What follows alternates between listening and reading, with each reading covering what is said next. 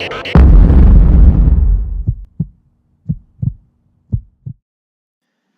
athletes, now it's time to talk about the thruster. Now, even though you see me only using dumbbells in this video, you can use kettlebells, you can use a barbell, you could use sandbags, same rules apply. So a thruster, we always want to make sure we do our full squat, that our hip goes at least a little bit lower than our knee. We drive through the floor and we express the rest of our explosion by pressing the weight above our head. This isn't a squat and a shoulder press. This is me using my squat to assist my shoulder press. So let's see what a thruster looks like. So again, we're trying to develop full body explosion. So again, I drive through my legs, the dumbbell goes over my head. Let's see it from the side. I take my breath, I squat, I come up, boom. Notice when I'm at the bottom, as always, just like we've talked about in our other squat videos, my lower back is nice and neutral. My knees are slightly in front of the tongue of my shoe. I'm straight up and down. My weight is balanced over my ankle. And then when I press this weight, because my upper back mobility is good enough, my elbows will end up by my ears. Let's see that. Boom. Okay? Now, I don't expect you all to be able to do this. All I'm looking for is that we get our arms fully locked out. Your arms might end up somewhere in front, but again, we want to work on this mobility in our mid-backs in order for us to help get into a better position. So let's see this from behind. Watch my whole back as I do this press. I come up, and again, you can see, and I'll slow it back down, all up in here. Okay, my lats are stabilizing, my upper back comes together, my head slightly goes forward. I'm not cranking on my neck to try to get my head out there.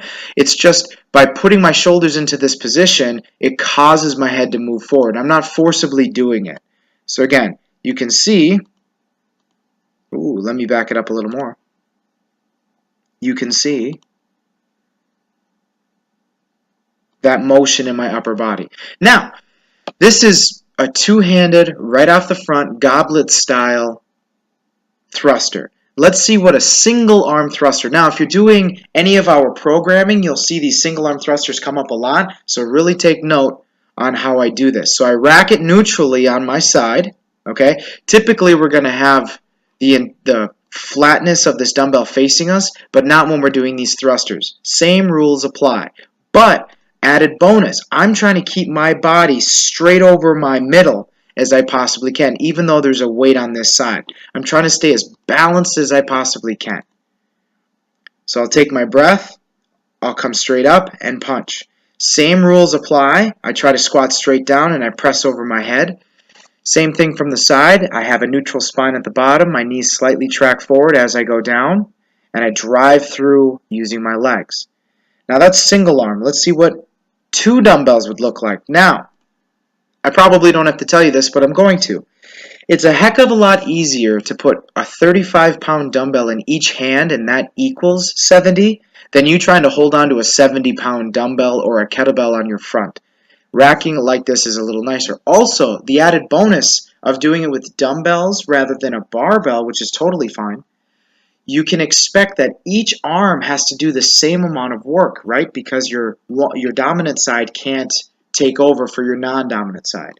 Same rules apply. My elbows are forward, I'm nice and tall, I take my breath, I drive out of the bottom, and I press straight up over my head.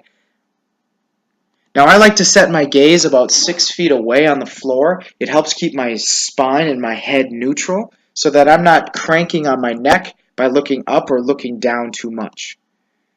Let's see it from the side. Again, same rules apply. Elbows track forward slightly. I come up. I'm in a nice neutral spine. And I drive from here. Now, the biggest mistake that we see is not exploding through your legs to generate force on the way up.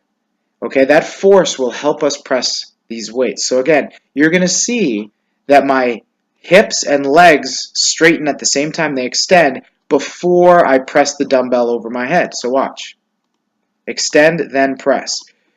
So notice here, when I go back to the single side, single arm, as I come up, I press first, right?